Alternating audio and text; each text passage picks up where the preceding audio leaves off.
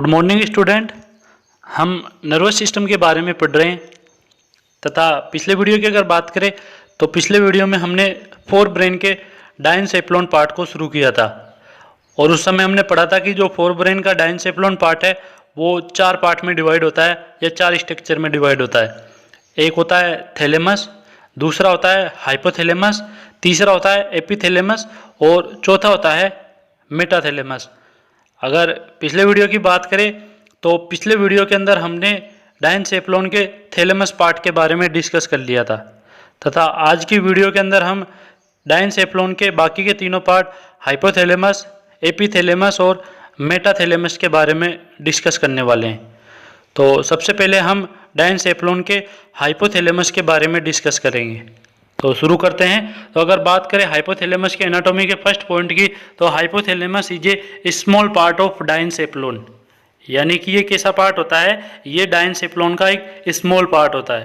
तो हाइपोथैलेमस कैसा पार्ट है, ये एक स्मॉल पार्ट है। अब अगर इसके वेट की बात करें तो इट वेट अबाउट 7 ग्राम।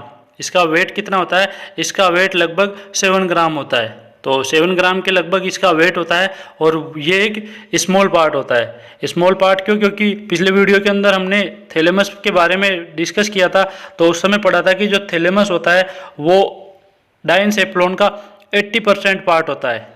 तो अगर थैलेमस ही 80% पार्ट है तो 20% पार्ट में बाकी के तीनों पार्ट आते हैं। इसलिए हाइपोथैलेमस कैसा पार्ट होता है, ये एक स्मॉल पार्ट होता है डायनसेफ्लॉन का।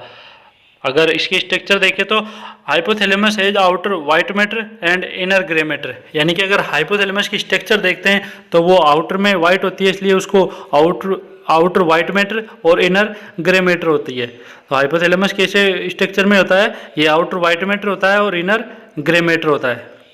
अब अगर अगले पॉइंट में इसकी सिचुएशन की बात करें तो hypothalamus is situated just below and in front of thalamus. ये थैलेमस के जस्ट बिलो और इन फ्रंट में सिचुएटेड होता है। तो ये कहाँ पर सिचुएटेड होता है, ये थैलेमस के जस्ट बिलो और इन फ्रंट यानी उसके सामने सिचुएटेड होता है। अगले पॉइंट की अगर बात करें तो हाइपोथैलेमस हैज 3 मेन रीजन, यानी कि जो हाइपोथैलेमस है वो 3 एरियाज या 3 रीजन में डिवाइड होता है। तो हाइपोथैलेमस कितने एरिया में बटा होता है, हाइपोथैलेमस 3 एरियाज के अंदर बटा होता है। कौन कौन से, एक होता है एंटीरियर रीजन, दूसरा होता है मिडिल रीजन और तीसरा होता है पोस्टीरियर रीजन। तो हाइपोथैलेमस कितने एरियाज में बटा होता है, 3 एरियाज या 3 रीजन में बटा होता है। अब सबसे पहले अगर एंटीरियर रीजन की बात करें तो एंटीरियर रीजन को किस नाम से भी जाना जाता है, this area is also called supra optic region, यानी कि जो एंटीरियर रीजन या एंटीरियर एरिया है इसको सुप्रा ऑप्टिक रीजन के नाम से भी जाना जाता है। तो एंटीरियर रीजन को किस नाम से जाना जाएगा, इसको सुप्रा ऑप्टिक रीजन के नाम से जाना जाएगा। अब अगर इसके फंक्शन की बात करें कि एंटीरियर रीजन या एंटीरियर एरिया किसके लिए रिस्पॉन्सिबल होता है, तो it area is responsible for secretion of various hormone. तो ये किसके लिए रिस्पॉन्सिबल होता है, ये हार्मोन के सिक्रेशन के लिए रिस्पॉन्सिबल होता है। तो ये तो बात हुई एंटीरियर रीजन की। अब बात करते हैं मिडिल रीजन के बारे में। तो मिडिल रीजन या मिडिल एरिया को किस नाम से जाना जाता है, this area is also called tuberal region, यानी कि जो मिडिल रीजन है हाइपोथैलेमस का उसको ट्यूबरल रीजन के नाम से भी जाना जाता है। अब अगर इसके फंक्शन की बात करें तो this area is responsible for appetite control. तो मिडिल एरिया किसके लिए रिस्पॉन्सिबल होता है हाइपोथैलेमस का, वो एपेटाइट कंट्रोल के लिए रिस्पॉन्सिबल होता है। तो ये तो बात हुई मिडिल रीजन की। अब बात करते हैं पोस्टीरियर एरिया या पोस्टीरियर रीजन की। तो पोस्टीरियर एरिया या रीजन को किस नाम से जाना जाता है, this area is called mammillary region, यानी कि जो हाइपोथैलेमस का पोस्टीरियर रीजन है उसको मेमिलरी रीजन के नाम से भी जाना जाता है। अब अगर इसके फंक्शन की बात करें तो it work in temperature control. तो ये क्या कार्य करता है, ये जो हाइपोथैलेमस का पोस्टीरियर रीजन है ये टेम्परेचर कंट्रोल का कार्य करता है। तो ये तो बात हुई हाइपोथैलेमस की रीजन की। अब बात करते हैं अगले पॉइंट की। तो hypothalamus is situated just above the pituitary glands. Hypothalamus कहाँ पर सिचुएटेड होता है, ये पिट्यूटरी ग्लैंड्स के जस्ट अबाउ सिचुएटेड होता है। अगले पॉइंट में अगर देखें तो anterior and posterior pituitary are connected, और हाइपोथैलेमस से जो पिट्यूटरी ग्लैंड्स की जो कि 2 पार्ट में डिवाइड होती है, एंटीरियर पिट्यूटरी पोस्टीरियर, वो दोनों ही हाइपोथैलेमस से कनेक्ट होती है। एंटीरियर पिट्यूटरी भी हाइपोथैलेमस से कनेक्ट होती है और पोस्टीरियर पिट्यूटरी भी हाइपोथैलेमस से कनेक्ट होती है। अब ये किस प्रकार से कनेक्ट होती है, तो सबसे पहले अगर एंटीरियर पिट्यूटरी की बात करें तो anterior pituitary are connected hypothalamus by portal blood vessel system. तो एंटीरियर पिट्यूटरी हाइपोथैलेमस से किस प्रकार से जुड़ी है, ये ब्लड वेसल्स के द्वारा जुड़ी होती है। तो हाइपोथैलेमस से अगर हार्मोन आएंगे एंटीरियर पिट्यूटरी में तो वो ब्लड वेसल्स के थ्रू आते हैं, इसलिए ये किससे जुड़ी हुई है, ये पोर्टल ब्लड वेसल से जुड़ी हुई है। अब अगर पोस्टीरियर पिट्यूटरी की बात करें तो posterior pituitary are connected with hypothalamus by many neurons, यानी कि बहुत सारे न्यूरॉन्स जो है वो हाइपोथैलेमस से आते हैं, कहाँ पर, पोस्टीरियर पिट्यूटरी में, और उनके बीच में कनेक्शन होता है हार्मोन सिक्रेशन के लिए। तो पोस्टीरियर पिट्यूटरी हाइपोथैलेमस से किसके द्वारा जुड़ी है, न्यूरॉन्स के द्वारा, बहुत सारे न्यूरॉन्स के द्वारा पोस्टीरियर पिट्यूटरी हाइपोथैलेमस से कनेक्ट होती है, जुड़ी होती है।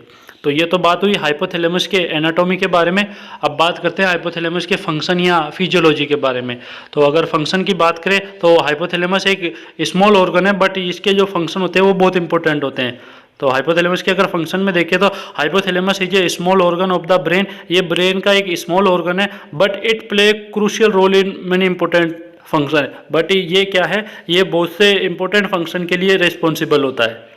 अब फंक्शन में अगर सबसे पहले फंक्शन की बात करें तो वो है एंडोक्राइन फंक्शन। तो एंडोक्राइन फंक्शन में किस प्रकार से कार्य करता है, hypothalamus is also known as master of master gland, यानी कि हाइपोथैलेमस को क्या कहा जाता है, ये हाइपोथैलेमस को मास्टर ऑफ मास्टर ग्लैंड कहा जाता है, क्योंकि जो हाइपोथैलेमस है वो पिट्यूटरी ग्लैंड्स को भी कंट्रोल करता है उनके हार्मोन सिक्रेशन के लिए। तो पिट्यूटरी ग्लैंड्स जो भी हार्मोन का सिक्रेशन करती है उनको कंट्रोल कौन करता है, उनको हाइपोथैलेमस कंट्रोल करता है। पिट्यूटरी ग्लैंड्स को मास्टर ग्लैंड कहा जाता है। और अब अगर हाइपोथैलेमस पिट्यूटरी ग्लैंड यानी कि मास्टर ग्लैंड को कंट्रोल कर रहा है, इसलिए हाइपोथैलेमस को क्या कहा जाएगा, हाइपोथैलेमस को मास्टर ऑफ मास्टर ग्लैंड कहा जाता है। अगले पॉइंट की अगर बात करें तो it form 6 releasing hormone and 2 inhibitory hormone. Hypothalamus के द्वारा कितने हार्मोन बनाए जाते हैं, हाइपोथैलेमस के द्वारा 6 रिलीजिंग हार्मोन और 2 इनहिबिटरी हार्मोन का फॉर्मेशन किया जाता है। अगले पॉइंट की अगर बात करें तो it also synthesize 2 hormone then are release by posterior pituitary. इसके द्वारा 2 हार्मोन का सिंथेसाइज किया जाता है, और वो दोनों हार्मोन किसके द्वारा रिलीज होते हैं, वो दोनों हार्मोन पोस्टीरियर पिट्यूटरी के द्वारा रिलीज होते हैं। तो पोस्टीरियर पिट्यूटरी के द्वारा 2 हार्मोन रिलीज किए जाते हैं, और उनका क्या नाम है, एक का नाम है एडीएच यानी कि एंटी डायूरेटिक हार्मोन, और दूसरा ऑक्सीटोसिन। तो पोस्टीरियर पिट्यूटरी के द्वारा कितने हार्मोन रिलीज किए जाएंगे, 2 हार्मोन, एक होता है एडीएच हार्मोन और दूसरा ऑक्सीटोसिन हार्मोन। तो ये तो बात हुई एंडोक्राइन फंक्शन की। अब बात करते हैं दूसरे फंक्शन की, टेम्परेचर रेगुलेशन। तो टेम्परेचर कंट्रोल सेंटर कहाँ पर सिचुएटेड होता है, हाइपोथैलेमस में। अब अगर टेम्परेचर रेगुलेशन में देखें तो posterior hypothalamus is responsible for heat production, यानी कि पोस्टीरियर जो हाइपोथैलेमस है वो किसके लिए रिस्पॉन्सिबल होता है, वो हीट प्रोडक्शन के लिए रिस्पॉन्सिबल होता है। And anterior hypothalamus is responsible for heat loss, और एंटीरियर हाइपोथैलेमस किसके लिए रिस्पॉन्सिबल होता है, वो हीट लॉस के लिए रिस्पॉन्सिबल होता है। तो पोस्टीरियर हाइपोथैलेमस तो हीट प्रोडक्शन का कार्य करता है, और एंटीरियर हाइपोथैलेमस हीट लॉस का कार्य करता है। तो ये तो बात हुई टेम्परेचर कंट्रोल या टेम्परेचर रेगुलेशन की। अब बात करते हैं अगले फंक्शन की, थ्रस्ट सेंटर। तो अगर देखा जाए तो थ्रस्ट सेंटर कहाँ पर सिचुएटेड होता है, वो भी हाइपोथैलेमस में सिचुएटेड होता है। तो थ्रस्ट के लिए कौन रेस्पॉन्सिबल होता है, वो हाइपोथैलेमस रेस्पॉन्सिबल होता है। अगर थ्रस्ट सेंटर में देखें तो thrust centre is situated in hypothalamus, यानी कि थ्रस्ट सेंटर कहाँ पर सिचुएटेड होता है, हाइपोथैलेमस में सिचुएटेड होता है। Which is stimulated by increase blood osmolarity.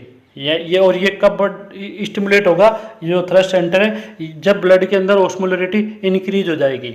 Blood के अंदर अगर ऑस्मोलरिटी अगर इंक्रीज है तब जाकर ये क्या हो जाएगा, स्टिमुलेट हो जाएगा। अब ब्लड के अंदर ऑस्मोलरिटी कब इंक्रीज होती है, तो डिहाइड्रेशन की कंडीशन के अंदर ब्लड की जो ऑस्मोलरिटी है वो इंक्रीज हो जाती है। उस समय किस प्रकार से हाइपोथैलेमस कार्य करता है या थ्रस्ट सेंटर कार्य करता है, तो जो थ्रस्ट सेंटर या हाइपोथैलेमस के द्वारा फिर मैसेज एडीएच हार्मोन, जो कि एंटी डायूरेटिक हार्मोन के नाम से जाना जाता है, उसके पास भेजा जाता है। यानी कि जब ब्लड की ऑस्मोलरिटी इंक्रीज है या डिहाइड्रेशन या हाइपोवोलेमिया की कंडीशन है, तो उस समय मैसेज हाइपोथैलेमस या थ्रस्ट सेंटर के द्वारा एडीएच हार्मोन के पास भेजा जाएगा। और एडीएच हार्मोन अब क्या कार्य करता है, एडीएच हार्मोन वाटर का रीएब्जॉर्प्शन करने का कार्य करता है। इसलिए जैसे ही मैसेज एडीएच हार्मोन को मिलता है तो जो एडीएच हार्मोन है वो अपना सिक्रेशन या अपनी मात्रा बढ़ा देगा, और वो अत्यधिक मात्रा में क्या करेगा, अब वाटर का रीएब्जॉर्प्शन करेगा, जिससे जो हाइपोवोलेमिया या डिहाइड्रेशन की जो प्रॉब्लम थी वो ट्रीट हो जाएगी। तो ये किस में कार्य करता है, जो थ्रस्ट सेंटर है, ये कब कार्य करता है, जब ब्लड के जो ऑस्मोलरिटी है वो इंक्रीज हो जाती है। और ब्लड की ऑस्मोलरिटी कब इंक्रीज होती है, डिहाइड्रेशन की कंडीशन में। अगले पॉइंट की अगर बात करें तो this centre is responsible for water and electrolyte balance. ये सेंटर जो थ्रस्ट सेंटर है ये किसके लिए रेस्पॉन्सिबल है, ये वाटर और इलेक्ट्रोलाइट के बैलेंस के लिए भी रेस्पॉन्सिबल होता है। This centre regulate the intake of water and it's output, और ये किसको रेगुलेट करता है, हम कितनी मात्रा में वाटर इनटेक कर रहे हैं और बॉडी उसके का जो इनटेक किया है उस वाटर का आउटपुट किस प्रकार से दे रही है। तो इसको भी कंट्रोल कौन करता है, इसको थ्रस्ट सेंटर या हाइपोथैलेमस कंट्रोल करने का कार्य करता है। अगले अगर फंक्शन की बात करें तो hypothalamus is A part of limbic system. जो हाइपोथैलेमस है ये किसका पार्ट होता है, ये लिम्बिक सिस्टम का पार्ट होता है। So it is responsible for emotional feeling, इसलिए जो हाइपोथैलेमस है वो इमोशनल फीलिंग के लिए भी रेस्पॉन्सिबल होता है। तो इमोशनल फीलिंग में भी कौन हेल्प करता है, हाइपोथैलेमस, क्योंकि हाइपोथैलेमस किसका पार्ट है, वो लिम्बिक सिस्टम का पार्ट है। अगले फंक्शन की अगर बात करें तो it is responsible for regulation of autonomic nervous system, यानी कि ये किसके लिए रेगुलेट करता है, जो ऑटोनोमिक नर्वस सिस्टम है, यानी कि जो सिंपैथेटिक और पैरासिम्पैथेटिक जो नर्वस सिस्टम है उसके रेगुलेशन में भी हेल्प करता है थ्रू ऑटोनोमिक नर्वस सिस्टम। यानी कि ऑटोनोमिक नर्वस सिस्टम के रेगुलेशन के द्वारा hypothalamus adjust the activities of other regulatory centre such as cardiovascular, digestive और यूरिनरी सिस्टम।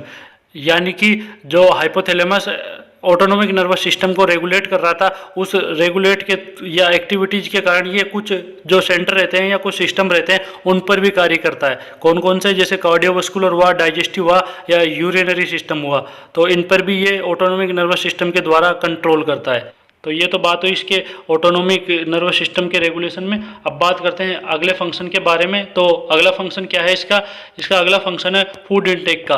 तो it make a crucial role in food consumption. ये क्या है, ये एक क्रूशियल रोल अदा करता है किसमें, फूड कंजप्शन में। It maintain the food intake, और ये किसको कंट्रोल करता है या मेंटेन रखता है, फूड इनटेक को मेंटेन करने का कार्य भी हाइपोथैलेमस करता है। Hypothalamus has two centre to regulate the food intake. Hypothalamus में दो सेंटर होते हैं जो कि किसको रेगुलेट करते हैं, फूड इनटेक को रेगुलेट करते हैं। एक होता है एपेटाइट सेंटर और दूसरा होता है सेटाइटी सेंटर। तो हाइपोथैलेमस में कितने सेंटर हुए, हाइपोथैलेमस में दो सेंटर होते हैं। एक होता है एपेटाइट सेंटर, एपेटाइट किसके लिए, जो भूख के लिए रेस्पॉन्सिबल। तो एपेटाइट सेंटर किसके लिए रेस्पॉन्सिबल होगा, भूख के लिए। और सेटाइटी जो है फुलनेस के लिए, कि बॉडी को भोजन की जरूरत नहीं है, उसके लिए कौन रेस्पॉन्सिबल होगा, उसके लिए सेटाइटी सेंटर रेस्पॉन्सिबल होगा। तो बात करेंगे एपेटाइट सेंटर की, तो appetite centre increase the appetite. Appetite centre किसको इंक्रीज करेगा, एपेटाइट को इंक्रीज कर देगा। और इसको किस नाम से जाना जाता है, इट नोन एज फीडिंग और हंगर सेंटर। इसको फीडिंग और हंगर सेंटर के नाम से भी जाना जाता है। तो ये तो बात हुई एपेटाइट सेंटर की। अब सेटाइटी सेंटर की बात करें तो सेटाइटी centre is provide the feeling of fullness. ये किसके लिए रेस्पॉन्सिबल होता है, ये फीलिंग ऑफ फुलनेस के लिए रेस्पॉन्सिबल होता है। एंड डिक्रीज एपेटाइट, और ये क्या कार्य करता है, ये एपेटाइट को डिक्रीज करता है। तो ये तो बात हुई फूड से संबंधित। अब बात करते हैं अगले फंक्शन की। तो ये स्लीप वेक पैटर्न के लिए भी रेस्पॉन्सिबल होता है। स्लीप वेक पैटर्न में किस प्रकार से ये रेस्पॉन्सिबल होगा, hypothalamus is responsible for maintenance of biological clock. यानी कि ये किसके लिए रेस्पॉन्सिबल होता है, जो बायोलॉजिकल क्लॉक होती है उसके मेंटेनेंस के लिए भी रेस्पॉन्सिबल होती है। यानी कि जो हमारी जो दिनचर्या होती है उसके लिए रेस्पॉन्सिबल होता है। By the biological process it regulate the sleep, और ये बायोलॉजिकल प्रोसेस के द्वारा स्लीप को रेगुलेट करने का कार्य करता है। तो ये तो बात हुई हाइपोथैलेमस के फंक्शन की। अब बात करते हैं डायनसेफ्लॉन के अगले पार्ट एपिथैलेमस के बारे में। अगर एपिथैलेमस में देखें तो epithalamus is the most dorsal portion of the diencephalon. ये कैसा पार्ट होता है, ये डोर्सल पार्ट यानी पीछे वाला पार्ट होता है किसका, डायनसेफ्लॉन का। तो ये कैसा पार्ट है, डायनसेफ्लॉन का डोर्सल पोर्शन होता है। अगले पॉइंट की अगर बात करें तो it form the roof of the third ventricles, और ये क्या कार्य करता है, ये थर्ड वेंट्रिकल्स के फॉर्मेशन के लिए रेस्पॉन्सिबल होता है। जो थर्ड वेंट्रिकल्स की जो रूफ बनती है उसके लिए ये रेस्पॉन्सिबल होता है। और अगर देखा जाए तो ये दो पार्ट में डिवाइड होता है। It consist habenular nuclei and pineal body. ये कितने पार्ट में डिवाइड होता है, ये 2 पार्ट में डिवाइड होता है। एक होता है हेबेनुलार न्यूक्लियाई और दूसरा होता है पीनियल बॉडी। अगर हेबेनुलार न्यूक्लियाई की बात करें तो habenular nuclei is involve in emotional and sense of smell. तो हेबेनुलार न्यूक्लियाई किसके लिए रिस्पॉन्सिबल होता है, वो इमोशनल और सेंस ऑफ स्मेल के लिए रिस्पॉन्सिबल होता है।